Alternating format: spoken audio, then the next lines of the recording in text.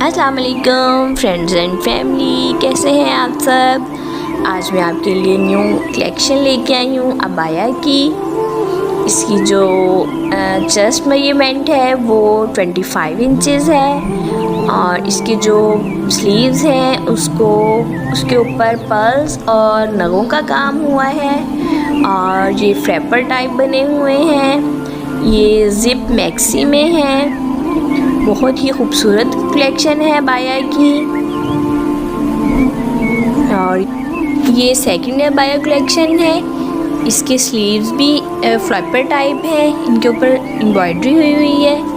ये भी 2-3 कलर्स में है, ग्रे, ब्लैक, गोल्डन टच के साथ।